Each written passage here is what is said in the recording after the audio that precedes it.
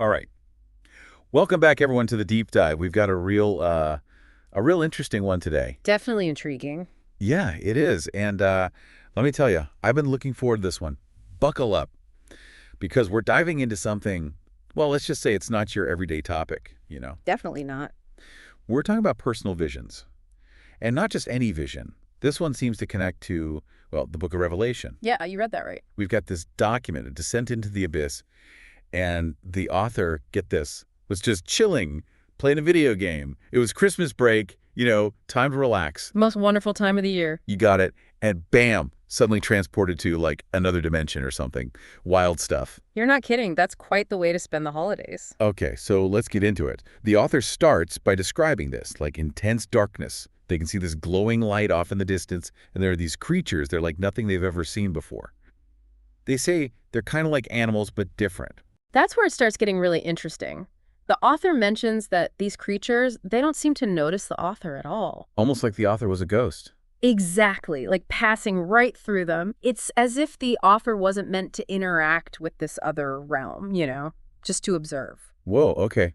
So we've got this vision, strange creatures, and the author's like an unseen observer. What happens next? Well, then comes this deep, echoing sound. Oh, here we go. And the moment the author hears this sound, all the creatures, every single one, they all rush towards that glowing light. It's like they were summoned, called to attention. Like something big was about to happen. You got it. And then, just like that, it stops. The author is back in their room. Video games paused.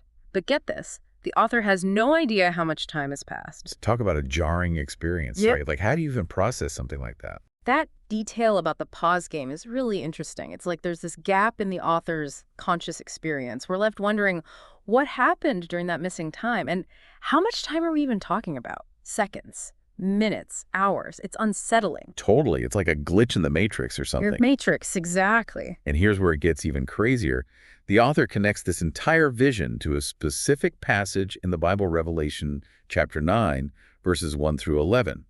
And we're talking about some pretty intense apocalyptic stuff here, right? Yeah, Revelation 9.111 is often interpreted as a prophetic vision of the end times. It's full of symbolism and, well, it can be pretty terrifying to read. So walk us through it. What are the key parts of this passage? How does it connect to what the author experienced?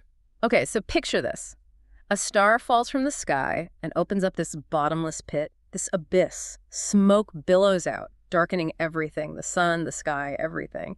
And from this smoke come these creatures. They're described as locusts, but they have scorpion tails. That's creepy enough already. Oh, it gets worse. They have horse-like bodies, faces like humans, hair like women, teeth like lions, and iron breastplates. Whoa, back up a sec. They have what kind of hair? Hair like women. It's this wild mix of features, almost like a nightmare you'd have. And the sound of their wings. It's like a massive army charging into battle. So these creatures are not messing around. Are they, like, evil? Well, according to the passage, their purpose is to torment people for 5 months. And the kicker, they have a king, the angel of the abyss, named Abaddon, or, in Greek, Apollyon. Both names basically mean destroyer. Pretty ominous, huh? Talk about bad news.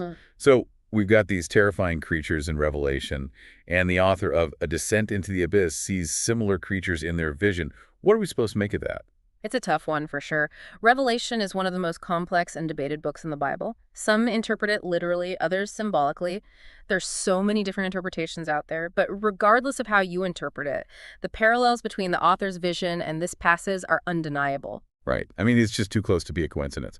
So this person has this vision that seems to, like, line up with some of the darker prophecies about, the end of the world. And then there's the whole thing with the paused game. It's a lot to take in, right? It really is. And I think what makes it even more intriguing is that we don't have an explanation for any of it. We're left with more questions than answers. Definitely. Okay, so how about this? Visions. What do we know about them? Are they, like, psychological, spiritual? It's a good question. Visions have been reported throughout history and across cultures. They can be triggered by all sorts of things: stress, sleep deprivation, certain medications, even underlying medical conditions. So are we saying this person's vision was just, like, a hallucination? We can't say for sure. We're not psychologists, and we don't have all the details about the author's life or health history, Yeah. but it's certainly a possibility. Okay, so we've got this incredible account of a vision, a possible connection to Revelation, and a whole bunch of unanswered questions. Where do we even go from here? I think ultimately it's up to each of us to decide what we make of it. This vision, whether it's a glimpse into another reality, a product of the subconscious mind, or something else entirely, it forces us to confront some pretty big questions. Questions about the nature of reality, the meaning of life, and our place in the universe. It's a reminder that there are still mysteries out there, things we may never fully understand. You know what I find really interesting about this whole thing? The author was playing a video game when all this went down. Video games, they're all about escaping reality, right? But in this case, it seems like the game was a portal to something much deeper, something much more profound. That's a great point. It makes you think about the role of technology in our lives. We often use it to distract ourselves from the bigger questions, but what if it can also be a tool for exploring those questions? What if it can help us connect with something larger than ourselves? It's a real head trip, that's for sure. As we wrap up this deep dive into the abyss, I want to leave you with this thought. How might we interpret this vision in a modern context, beyond its literal imagery? Does it speak to our anxieties about the future, our longing for meaning and purpose, or maybe it's something else entirely? Let us know your thoughts. And until next time, keep diving.